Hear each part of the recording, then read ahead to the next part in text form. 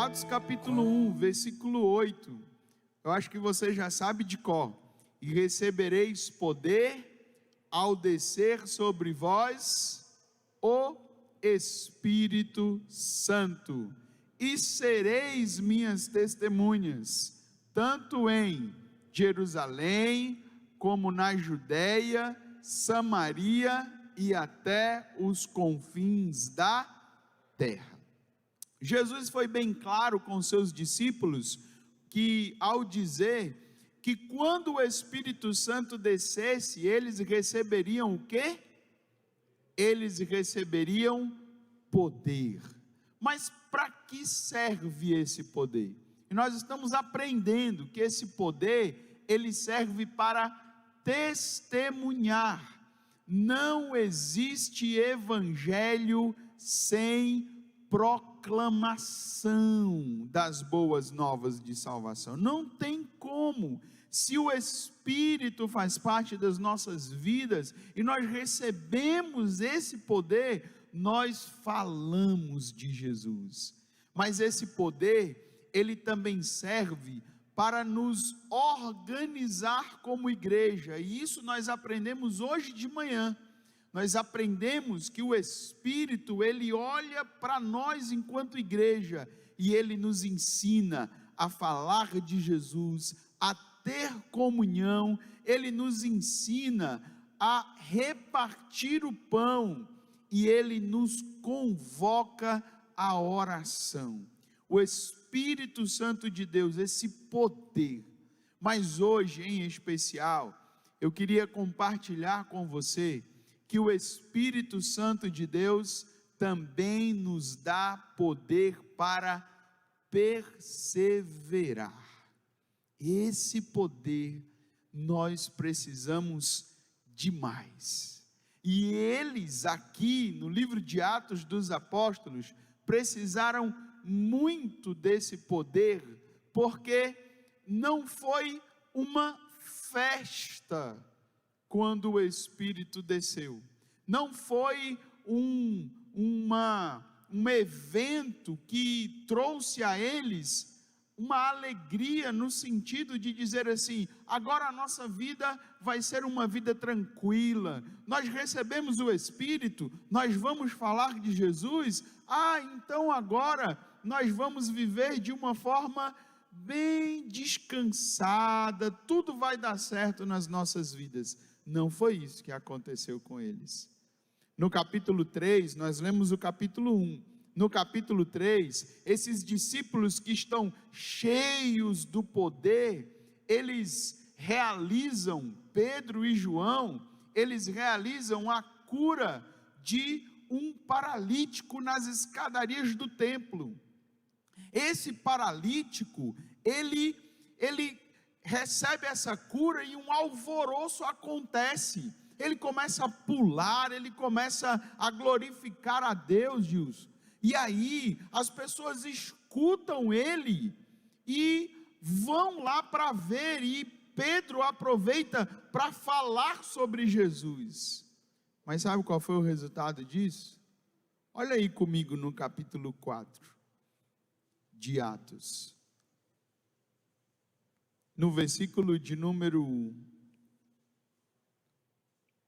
deixa eu pegar aqui minhas colinhas, olha só: enquanto falavam ao povo, Pedro e João foram confrontados pelos sacerdotes, pelo capitão da guarda do templo e por alguns saduceus.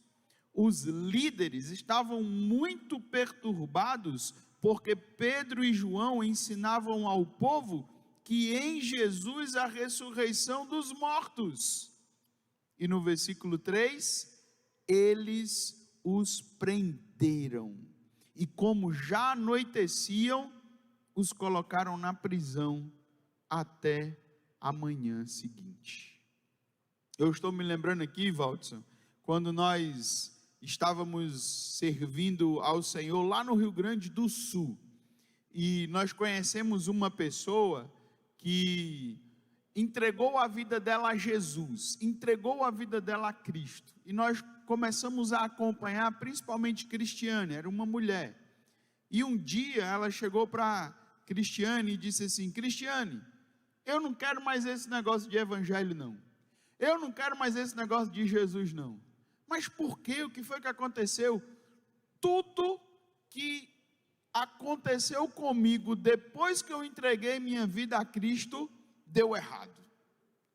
Tudo deu errado. Ah, não quero mais não, não quero mais não. Isso foi mal para mim.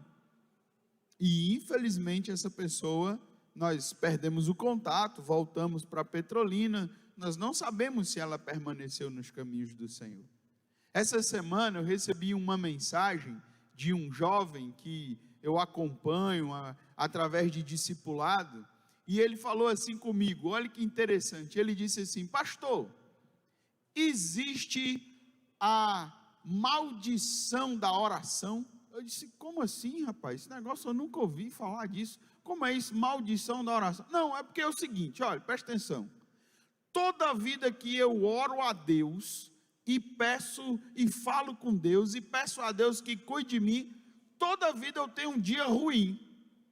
E ele trabalha com obras, ele é estudante de engenharia. Ele disse assim, a Kézia vai se identificar: eu falei com Deus hoje de manhã e disse assim: Senhor, me dê um dia tranquilo, pois faltou 2 pedreiros, 3 serventes, 2 paredes caiu, o cimento deu errado. Aí a gente foi conversar,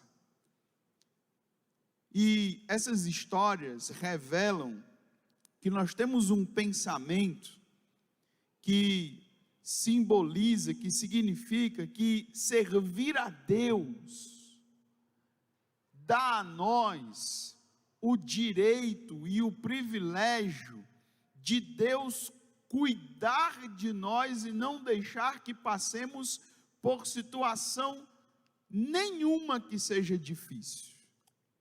E eu me identifico nisso também.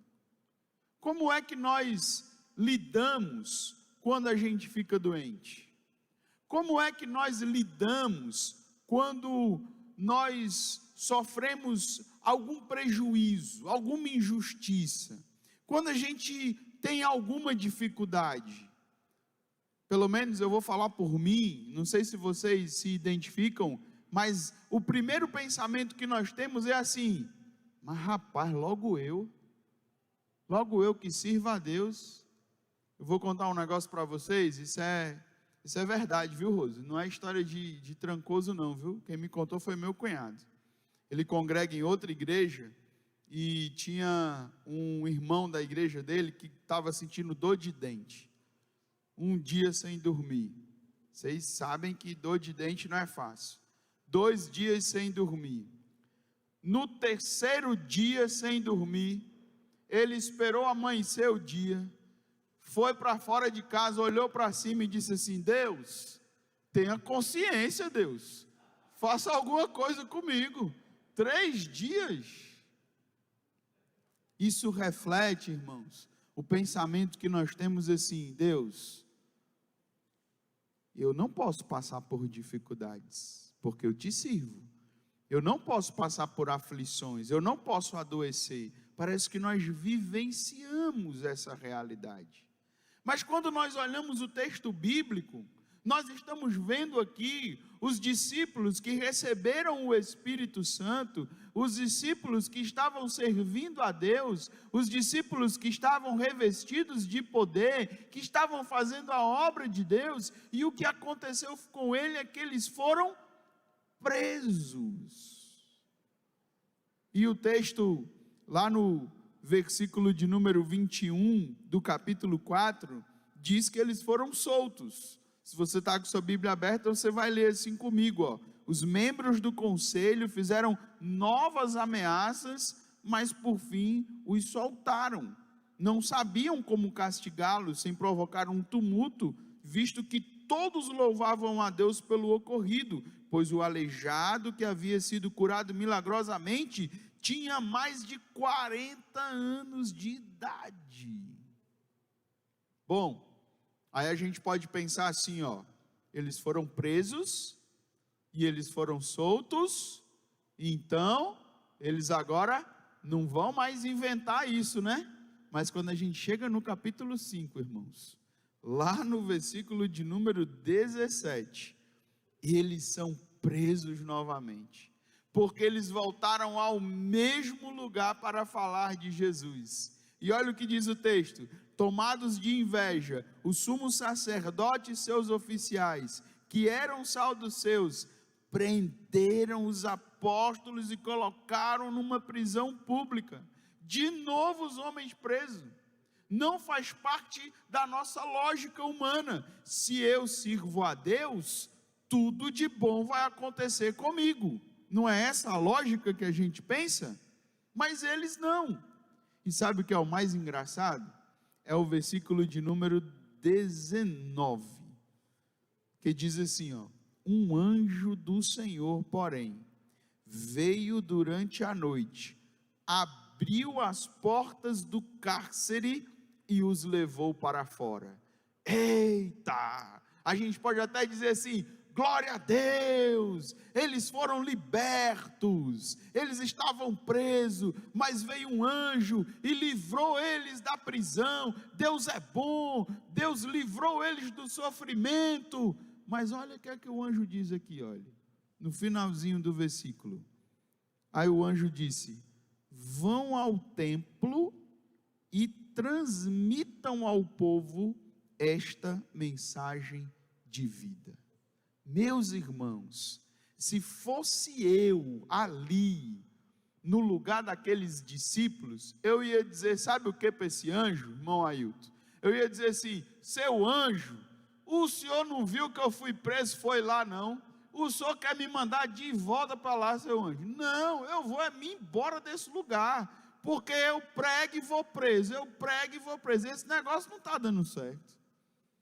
Mas sabe o que eles fizeram? Ainda bem que não era eu que estava lá, né? Eles voltaram e continuaram falando de Jesus. E qual foi o resultado? Foram presos de novo. Quando a gente vai vendo o finalzinho da história desse capítulo 5, nós percebemos algo muito impressionante. Esses discípulos, eles recebem a ordem de nunca mais de nunca mais pregarem, de nunca mais falarem de Jesus. Mas eles fazem uma oração, e eu me confundi aqui, quero que você volte ao capítulo 4, eles fazem uma oração impressionante. No versículo 23, o texto diz assim: assim que foram libertos, Pedro e João voltaram ao lugar onde estavam os outros irmãos e lhes contaram o que os principais sacerdotes e líderes tinham dito. Ao ouvir o relato, todos os presentes levantaram juntos a voz e oraram a Deus: ó soberano Senhor, Criador dos céus e da terra, do mar e de tudo que neles há, falaste muito tempo atrás pelo Espírito Santo nas palavras de nosso antepassado Davi, teu servo. Porque as nações se enfureceram tanto? Porque perderam tempo com planos inúteis? Os reis da terra se preparam para guerrear, os governantes se uniram contra o Senhor e contra seu Cristo. Versículo 27, eles estão orando. De fato, isso aconteceu aqui, nesta cidade, pois Herodes Antipas, o governador Pôncio Pilatos, os gentios e o povo de Israel se uniram contra Jesus, teu santo servo, a quem ungiste. Tudo o que fizeram, porém, havia sido decidido de antemão pela tua vontade. E agora, Senhor, olha esse versículo 29, ouve as ameaças deles. Eles estavam debaixo de ameaças. Ouve as ameaças deles e concede aos teus servos, o que, irmãos? Coragem para anunciar a tua palavra. Estende tua mão com poder para curar, e que sinais e maravilhas sejam realizados por meio do nome de teu santo servo Jesus. Se fosse eu orando, a minha oração ia ser assim: Senhor, está vendo as ameaças deles? Retira todas essas ameaças da minha vida. Senhor, está vendo essa dificuldade aqui? Senhor, retira essa dificuldade da minha vida. Senhor, está vendo aqui esse problema, está vendo essa pessoa? Senhor, eu não quero passar por nada que me entristeça, por nada que possa fazer mal para mim. Essa seria a minha oração. Mas a oração deles, sabe como foi?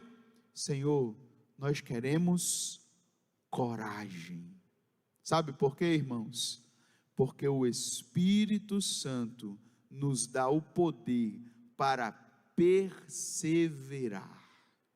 O Espírito Santo nos dá o poder para permanecer firmes. O Espírito Santo nos dá o poder para vencer as lutas.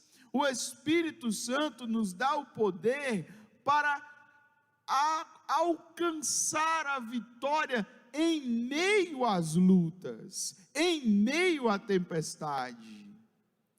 Sabe aquele texto de Isaías, capítulo 43, um texto bem famoso?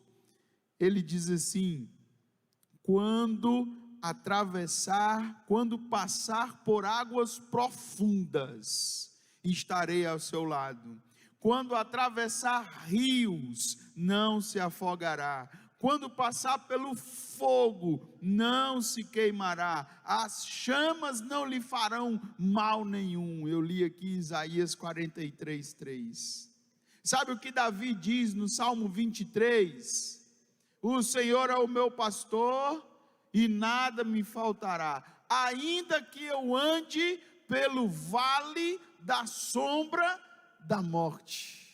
Você consegue perceber que em nenhum momento a Bíblia nos diz assim: vocês não terão lutas, vocês não sofrerão aflições, em nenhum momento. Na verdade, teve um momento, quando Jesus foi tentado pelo diabo, que o diabo tentou vender isso a Jesus. O diabo disse assim: olha, lança-te daqui de cima, aí os anjos vão te proteger. E ele citou o Salmo de número 91. Mas Jesus disse: não tentarás o Senhor teu Deus. O que nós precisamos aprender nessa noite, queridos, e essa lição é muito importante, é que o objetivo final de Deus não é o seu bem-estar temporário e terreno.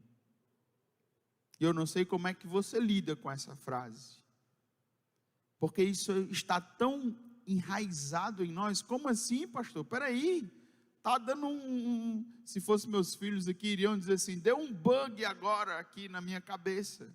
Eu estou servindo a Deus, eu estou me dedicando ao Senhor, eu vim para o culto, eu oro, eu jejum. Como assim Deus não está preocupado com o meu bem-estar? E isso não está correto. O senhor está doido, o senhor está pregando a Bíblia de cabeça para baixo, só pode. Não, irmãos, é que essa é a lógica humana. E quando nós pensamos que Deus tem responsabilidade com o meu bem-estar terreno, eu começo a fazer exigências a Deus. Eu começo a dizer assim: Deus, eu não aceito isso, passar por isso e viver isso. Deus, eu não quero saber de que essa dificuldade chegue na minha casa. Não quero isso. Espera aí, no final das contas, o que é importante? É você que é a figura importante? É você que está no centro? É você que está sob os holofotes? É Deus que trabalha a seu favor? Ou é o contrário? Porque aqui em Atos dos Apóstolos, esses homens se dedicavam a anunciar o nome de Jesus. Esses homens se dedicavam a proclamar o reino de Deus. Esses homens colocavam a sua vida em segundo plano e eles estavam dizendo: não, Senhor, não é o nosso bem-estar, mas é, Senhor, a salvação da humanidade que conta. Então eu me dedico a fazer a tua obra. Se não fosse assim, no capítulo 7 aqui de Atos, um homem chamado Estevão não teria sido apedrejado. Já pensou? Eu, mole do jeito que sou, irmãos. Ei, irmãos, eu tinha dito: não, vocês querem atirar pedra? Por quê, rapaz? Espera aí, vamos conversar. O que é que eu preciso negar? Pedro estava cheio do Espírito Santo, com poder para perseverar. Se fosse assim, irmãos, no capítulo de número 8, outro discípulo chamado Tiago não teria sido executado por Herodes. Se fosse assim, você não ia ler as aflições, as tribulações que Paulo teve que enfrentar inclusive quando Deus foi falar com Ananias, no capítulo 9, ele disse assim: Ananias, vai lá falar com Saulo, porque eu vou dizer a ele o quanto ele precisa sofrer para anunciar as boas novas. Mas eu tenho uma boa notícia para você, porque essa mensagem pareceu um pouco ruim, né? Rapaz, eu fui para a igreja domingo, e aí, como é que foi lá? Rapaz, o pastor disse que a vida da gente é sofrimento, só isso que ele falou. Ele disse que não tem jeito não, o negócio é apanhar e ficar calado. Foi isso que ele falou lá. A boa notícia, sabe qual é, queridos? É que o Espírito Santo nos dá o poder para perseverar.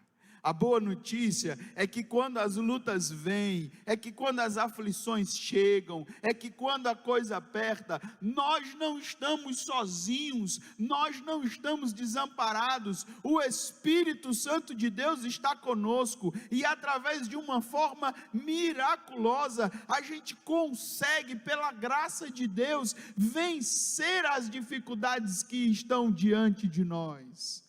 Essa é a boa notícia. Nós temos o poder do Espírito Santo para perseverar.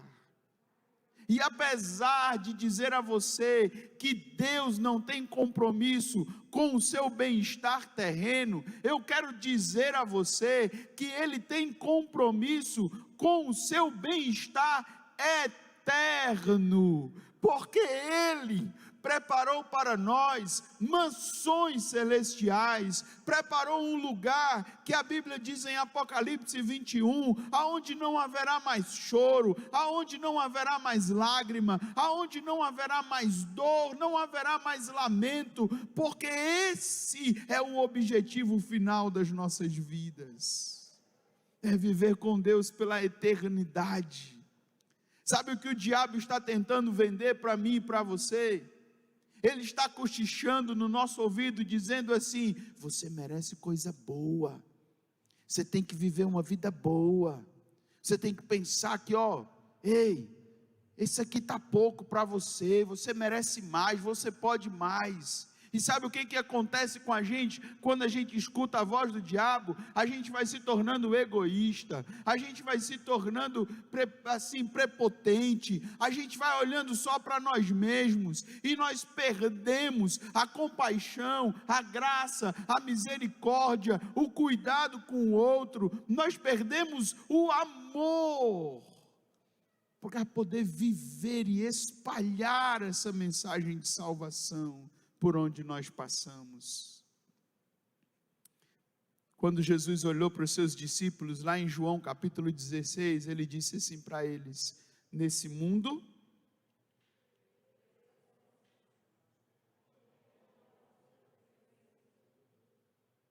aqui não é o lugar do descanso, aqui não é o lugar da inteira bonança, aqui não é o ambiente que ainda está regenerado, aqui eu ainda estou salvando, aqui eu ainda estou tendo misericórdia, aqui ainda tereis aflições, mas tende bom ânimo. E aí, sabe como é que a gente vai para casa hoje? A gente vai para casa dizendo assim, cadê a música do João Pedro? A resposta é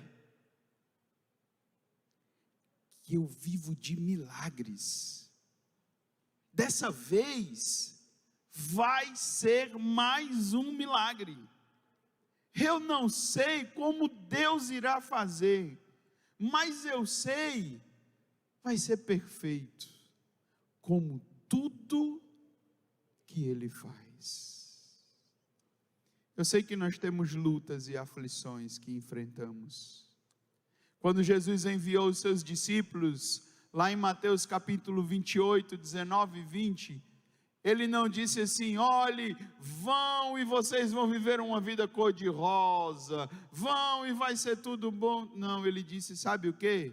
Vão e lembrem-se que eu estarei convosco todos os dias, até a consumação dos séculos. E o meu Espírito dará a vocês poder para perseverar, poder para ficar firmes. Paulo escreveu aos Filipenses no capítulo 1, versículo 6, dizendo que aquele que começou a boa obra em vós é fiel para concluí-la, para terminá-la até o dia de nosso Senhor Jesus Cristo. Nós vamos mudar a nossa oração, irmãos. Nós vamos seguir o exemplo desses irmãos aqui de Atos dos Apóstolos. Nós vamos parar de dizer assim: Senhor, tira de mim essa luta, Senhor, tira de mim essa dificuldade. Não, irmãos, nós vamos dizer como? Nós vamos dizer assim: Senhor, me dê coragem para enfrentar isso, Senhor, me dê habilidade para crer que o Senhor está comigo, Senhor, eu quero estar firme, sabendo que a minha mão está segura em Ti, que o Espírito de Deus está em mim, e não importa se eu passe pelas águas, não importa se eu passe pelos rios, não importa se eu passe pelo vale da sombra da morte, o Senhor é o meu pastor, nada me faltará. Porque nós temos o poder do Espírito Santo, e esse poder é o poder para perseverar. O irmão Léo leu aqui Isaías capítulo 61 no início do nosso culto, e olhe que promessa maravilhosa no versículo 3, o profeta usado por Deus diz assim: a todos que choram em Sião, Ele dará uma bela coroa em vez de cinzas, uma alegre bênção em vez de lamento, louvores festivos em vez de desespero. Em sua justiça serão como grandes árvores, grandes carvalhos que o Senhor plantou para a sua glória. Você não será derrotado, você não vai sucumbir nessa luta que você está vivendo, você vai seguir em frente, mas não é porque você é bom, não, é porque tem o Espírito de Deus contigo, e o poder dele é o poder para perseverar. Vamos cantar essa canção? Vamos dizer isso? Vamos dizer assim: a resposta é que eu vivo de milagres. Dessa vez vai ser mais um milagre. Eu não sei como Deus irá fazer, mas eu sei, vai ser perfeito, como tudo que Ele faz.